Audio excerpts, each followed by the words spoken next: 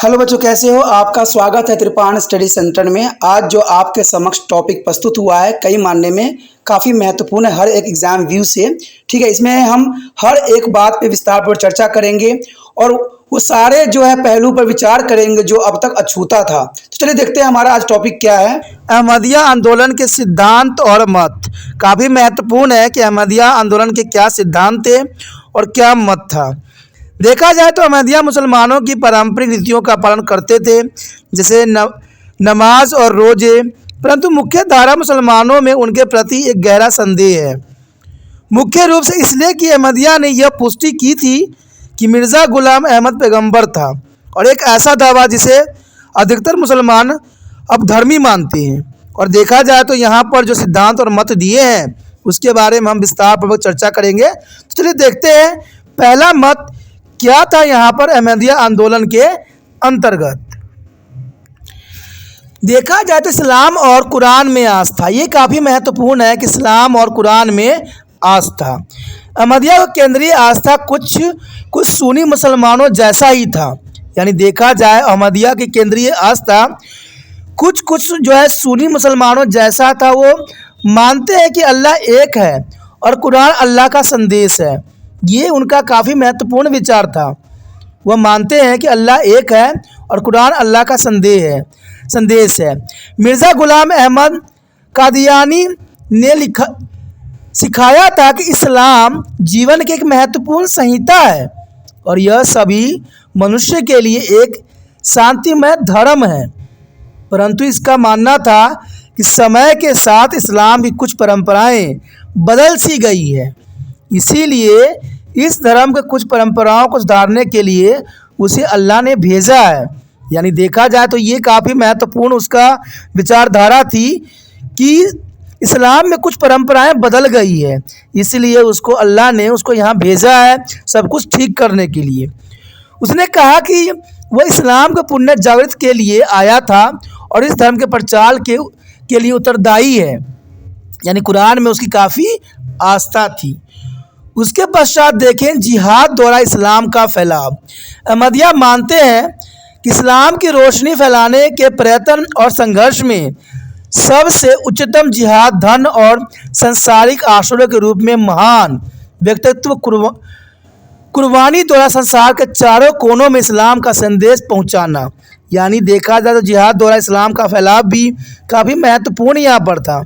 यानी यहाँ पर था कि सबके उच्चतम जिहाद धन और सांसारिक जो है आश्रय के रूप में महान व्यक्तिगत कुर्बानियाँ द्वारा संसार के चारों कोनों में इस्लाम का संदेश पहुंचाना। मिर्ज़ा ने बताया कि तलवार के स्थान पर कलम के द्वारा जिहाद किया जाए। यानी तलवार के स्थान पर जो है कलम के द्वारा जिहाद किया जाना चाहिए। यानी किसी को न मारना न काटना, इस तरह से जो जीवन नष्ट होती है, जो कहते हैं धर्म नष्ट नहीं होती है।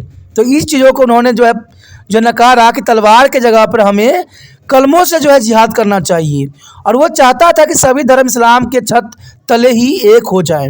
यानी सभी धर्मों को वो एक करने का विचार रखता था कि इस्लाम के छत तले एक धर्म हो जाए। तो ये काफ़ी महत्वपूर्ण विचार थे यहाँ पर जो है मिर्ज़ा अहमद की। उसके पश्चात आता है हमारे समक्ष पैगंबर मोहम्मद की अंतिमता का खंडन। कहते हैं गुलाम अहमद ने जोर दिया कि वह अल्लाह का पैगंबर था और उसे नए युग की ज़रूरतों के अनुसार इस्लाम की व्याख्या करने का मिशन उसको सौंपा गया था। यानी अल्लाह ने यह मिशन दिया है कि आधुनिक संसार के अंतर्गत जो है इस्लाम की जो है फैलाना। और यह सुन्नी विचारधाराओं के विरुद्ध है कि और कोई पैगंबर और इस्लाम में हो ही नहीं सकता। कहते हैं पैगंबर एक थे और एक से अधिक नहीं हो सकता। ये इस्लाम धर्म के विरुद्ध है, ये सुन्नी विचारधाराओं के विरुद्ध है। और अंतिम और आखिरी पैगंबर मोहम्मद ही था। अहमदिया इसे अपनी स्थिति को गलत व्याख्या के रूप में देखते थे, क्योंकि उनके लिए उनका स्थापक पैगंबर का अवतार था, ना कि पूरी तरह से एक नया पैगंबर होना। पैगंबर का अवतार मानते थे, न कि पूरी तरह से पैगंबर। वो मानते हैं कि अल्लाह ने उनका पैगंबर उसी तरह भेजा है जैसे अल्लाह ने यीशु को जो है भेजा था। उनका कहना है कि अल्लाह ने उसे संसार में शांति और न्याय फैलाने के लिए भेजा है और ये काफ़ी महत्वपूर्ण विचारधारा थी यहाँ पर। वो इस संसार में कत्लेगार और धार्मिक जंगों ख़त्म करने के लिए जो है धरती पे अवतरित हुए हैं, ये उनका विचारधारा थी। इवन कि देखे अगला पॉइंट में तो कहते हैं वो अपने आप को यीशु मसीह के बारे में उनका क्या विचार था। ये काफ़ी महत्वपूर्ण है कि यीशु मसीह के बारे में भी उनका विचार अलग था। उनका विचार था कि गुलाम अहमद ने यीशु के बारे में दो चीज़ें बताई जो कि अहमदिया सिद्धांत के बुनियादी बनी, जो पारंपरिक मुसलमान आस्थाओं से अलग है। एक तरफ तो उसने सिखाया कि दूसरी बार यीशु का आना एक दैवी अवरोध था और वह उसके द्वारा पूरा किया गया। यानी यहाँ पर दूसरी बार यीशु का आना एक दैवी अवरोध था और वह उसके द्वारा पूरा किया गया है। दूसरी तरफ उसने सिखाया कि यीशु स्वर्ग में नहीं गया था, अतुल सलीब पर जिंदा रह गया था और वह भारत में कश्मीर को चला गया और उसकी मृत्यु 120 बरस के आयु में हुई थी और वह उसे श्रीनगर में दफना दिया गया। कहते हैं ये सारे विचारधारा काफ़ी ऑपोजिट है और कहते हैं जो इस धर्म को मानते हैं उनकी समझ से परे था। इसीलिए कहते हैं यीशु मसीह के बारे में उनका विचारधारा बिल्कुल ही अलग था। उसके पश्चात देखें तो मुसलमानों में भ्रातृत्व की भावना यानी भाईचारे की भावना उन्होंने जगाने की पुण्य कोशिश किया। कहते हैं अहमदिया आंदोलन इस तथ्य पर जोर देता है कि इस्लाम में कोई भी विभिन्न पंथ नहीं है, यहाँ केवल विचारों के विभिन्न स्कूल हैं। यानी देखा जाए तो ये काफ़ी महत्वपूर्ण था यहाँ पर कि इस्लाम में कोई भी विभिन्न पंथ नहीं है, यहाँ केवल विचारों के विभिन्न स्कूल है जो बुनियादी तौर पर सहमति रखते हैं और छोटे नुक्तों पर असहमति। इस्लाम संसार भर में फैली हुई एक जुट कौम की प्रतिनिधित्व करता है, चाहे कोई भी व्यक्तित्व स्वयं को सुन्नी कहे या शिया कहे या अहले या अदीत कहे या अहमदी, सभी एक अल्लाह और एक ग्रंथ को मानते हैं। और यह इस सिद्धांत पर जोर देता है कि मुसलमान वही है जिसका विश्वास कलीमा में है और वो चाहे किसी भी पंथ के संबंध रखता हो, पर उसकी श्रद्धा पावन कुरान में ही निहित है।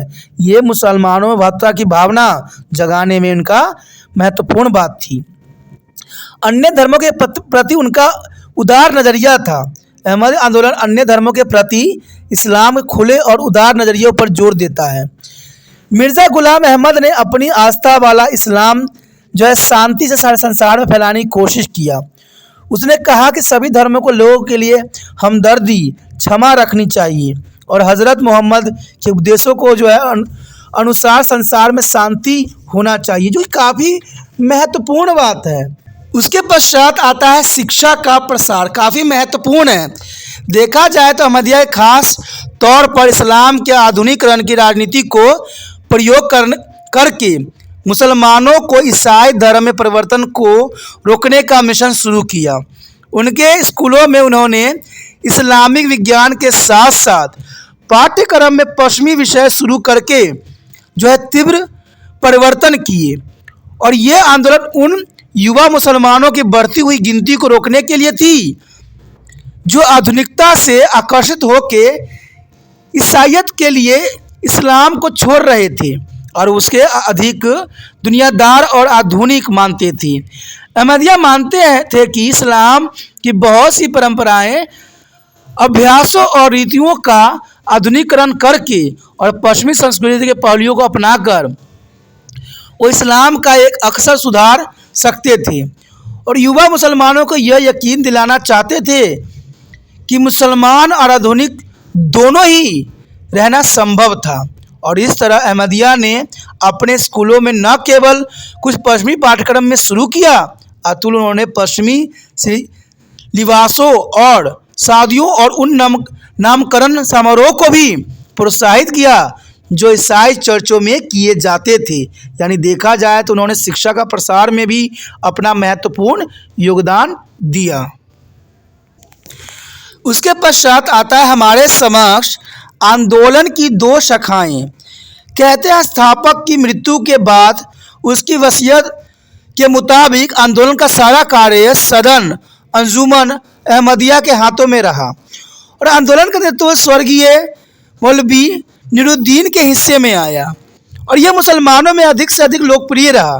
परंतु 1914 में मतभेद पैदा होने के बाद इनके परोपकार दो समूह में बंट गए। एक अहमदिया मुसलमान समुदाय बने जिसका मुख्यालय रवाहा में है और लाहौर में अपने केंद्र के साथ लाहौर अहमदिया आंदोलन हुए। अहमदिया मुसलमान समुदाय जिस उस गांव के नाम पर कादानी भी कहा जाता है जहां स्थापक का जन्म हुआ था का दावा भी था कि मिर्ज़ा गुलाम अहमद पैगंबर था, यद्यपि वह कोई नए कानून नहीं लाया था। कादिया इस मत पर चलते रहे कि वे सभी को संस्थापक को मसीहा एवं मुजद्दिद नहीं मानते थे। उन्होंने काफिरों के रूप में इस्लाम के दायरे के बाहर जाना चाहिए था जब तक कि वो रस्मी तौर पर स्थापक के बयात में शामिल नहीं किए जाते। दूसरी तरफ लाहौर अहमदिया आंदोलन स्वयं को इस्लामी सुधारक आंदोलन के रूप में पेश करता था और ये साधारण विचार पेश करता था कि मोहम्मद के बाद और कोई नया पैगंबर नहीं आना था। ये बात उन्होंने गलत साबित किया कि मोहम्मद के अलावा कोई और नया पैगंबर नहीं आना था। उनका मानना था कि जो भी कलीमा का उपदेश देता था वो अल्लाह के बिना कोई परमात्मा नहीं है और मोहम्मद अल्लाह का संदेश वाहक है और वह मुसलमान था, चाहे वह इस्लाम को किसी भी पंथ से संबंधित हो और कोई भी इस्लाम के दायरे से बाहर नहीं हो सकता। तो देखा जाए यहाँ पर अहमदिया आंदोलन जो थी दो शाखाओं में बट गई थी और ये होना स्वाभाविक ही था क्योंकि हमने देखा है कई आंदोलन जो थे, चाहे वो कहते हैं आर्य समाज आंदोलन थे, वो भी दो भागों में बटे और यहाँ पर अहमदिया आंदोलन भी दो भागों में बट गया। अब आगे हम देखते हैं अहमदिया आंदोलन के क्या महत्व थे। चलिए देखते हैं अहमदिया आंदोलन के महत्व क्या है। हमारे समक्ष जो आया है आगे अहमदिया आंदोलन का महत्व, जो कि काफ़ी महत्वपूर्ण है। देखा जाए तो एक धार्मिक मुखिया के रूप में मिर्ज़ा गुलाम अहमद को उच्चतम प्रतिष्ठा हासिल थी। उसकी धर्मपरायणता और पावनता के लिए उसे स्नेह किया जाता है क्योंकि वह धर्मपरायणता और पावनता के लिए काफ़ी महत्वपूर्ण थी। उसकी विद्वता और वैज्ञिकता के लिए उसका आदर भी किया जाता था और वह इस्लाम के विरोधियों के विरुद्ध मजबूत प्रतिरक्षा के लिए मशहूर भी था। यानी देखा जाए तो अहमदिया आंदोलन का काफ़ी महत्वपूर्ण स्थान है। अहमदिया आंदोलन शांति और एकता का समर्थक था। अहमद का नाम महत्व यह दर्शाता है कि इस्लाम का प्रभुत्व इसके उपदेशों की सुंदरता और आकर्षण के कारण होगा। वह इनके अपनी रक्षा के लिए तलवार की जरूरत नहीं पड़ेगी, यानी ये हमेशा कलम उठाने के महत्वता की तरफ इशारा करते थे। मिर्ज़ा गुलाम अहमद की मृत्यु के बाद 1912 ईस्वी में इंग्लैंड में वर्किल मुस्लिम मिशन स्थापित किया गया और बाद में 1922 ईस्वी में बर्लिन ने जर्मनी मुस्लिम मिशन स्थापित किया गया। उसके बाद इस्लाम के उपदेश का प्रचार एक के बाद दूसरे देशों में किया जाने लगा। यानी देखा जाए तो अहमदिया आंदोलन के काफ़ी महत्वपूर्ण यहाँ पर प्रभाव थे। इवन कि देखा जाए अहमदिया के खास तौर पर इस्लाम के आधुनिकरण की रणनीति की प्रयोग करके वो शिक्षा का प्रसार से मुसलमान युवाओं में ईसाई धर्म में परिवर्तन को रोकना चाहते थे क्योंकि उस समय बहुत से मुसलमान जो थे ईसाई धर्म में परिवर्तन हो रहे थे। तो जो अहमदिया आंदोलन का महत्वपूर्ण प्रभाव था, मिर्ज़ा ने मसीहा होने का दावा कर उन सब मुसलमानों को काफिर कहा जो इस दावे से सहमति नहीं रहते थे और इस तरह वह बड़े स्तर पर जो इस्लाम में सुधार लाने और मुसलमानों का भला करने में नाकामयाब रहा। तो देखा जाए तो ये आंदोलन काफ़ी महत्वपूर्ण थी, ज़रूरी था। कहते हैं कुछ बातें किताबों तक सीमित रहे तो ही अच्छा है क्योंकि वास्तविकता में इसमें बहुत ही बड़ी जो है रहस्य छुपा रहता है, लेकिन काफ़ी महत्वपूर्ण टॉपिक था जो हमने अहमदिया आंदोलन के अंतर्गत किया। इसी के साथ हमारा चैप्टर ख़त्म हो जाता है जो कि काफ़ी महत्वपूर्ण था। अगर आपको समझ में आया, अच्छा लगा, अगर आप दिल से त्रिपाठी शासन के साथ मदद करने के विचार रखते हो तो जितना हो सके उतना इस वीडियो को शेयर करने की भावना होनी चाहिए। दोस्तों कहते हैं कोई वीडियो अगर हम देखते हैं, अगर हम पूरी नहीं देखते हैं तो वह अधूरा जानकारी बन जाता है। कुछ बच्चे जो होते हैं वीडियो को क्या करते हैं, स्किप कर करके देखते हैं। दोस्तों, ये आप कोई फिल्म नहीं देख रहे हो या कोई आप प्रोग्राम नहीं देख रहे हो, ये किताबी ज्ञान है। किताबी ज्ञान में कुछ बातें जो रहती है पीछे छूट जाती है। अगर आप इस वीडियो को पूरा नहीं देखिएगा, कंटिन्यू नहीं देखिएगा, तो आपके बहुत से विचारधारा पीछे रह जाएगी और आप स्किप जो करने की आदत आपको लग गई है, उससे आपको पूरा ज्ञान प्राप्त नहीं होगा। इसलिए जितना हो सके इस वीडियो को पूरा देखिए। अगर पूरा नहीं देखने का मन है तो मत देखिए, वीडियो को देखिए ही नहीं, क्योंकि इससे अधूरा ज्ञान रहता है। और तिरपान स्टडी सेंटर कभी नहीं चाहता कि बच्चों को अधूरा जानकारी हो। अगर आपने प्राप्त करना है तो पूरी जानकारी प्राप्त करिए, पूरे कंसेप्ट को समझिए, स्किप मत करिए। और एक बात और भी स्किप नहीं करना है कि जितना हो सके इस वीडियो को शेयर करने की भावना आपके मन में से जाना नहीं चाहिए। इसलिए सोचना नहीं है, यूट्यूब से लिंक को कॉपी करना है और 24 घंटे के लिए व्हाट्सएप स्टेटस पर लगा देना है। जो बच्चे आपके संपर्क में होंगे वो ज़रूर लिंक को देखेंगे और उनको अगर शायद अच्छा लगे, समझ में आए, तो आगे वो उस पर विचार करेंगे। ठीक है, पहली बार मेरे चैनल पे आए हो, पहली बार वीडियो देख रहे हो, ठीक है, और वीडियो आपको अच्छा भी लग रहा है तो जर्नल सी बात है दोस्तों, चैनल को सब्सक्राइब करके अपने मोबाइल में सेव कर लीजिए, क्योंकि यहाँ पर बहुत कुछ है। 8th से लेके MA तक के बच्चों के लिए बहुत कुछ है और भी आने वाले समय में होगा। तो सोचिए नहीं, विचार न कीजिए, तिरपान स्टडी सेंटर को सब्सक्राइब करके अपने मोबाइल में सेव कीजिए।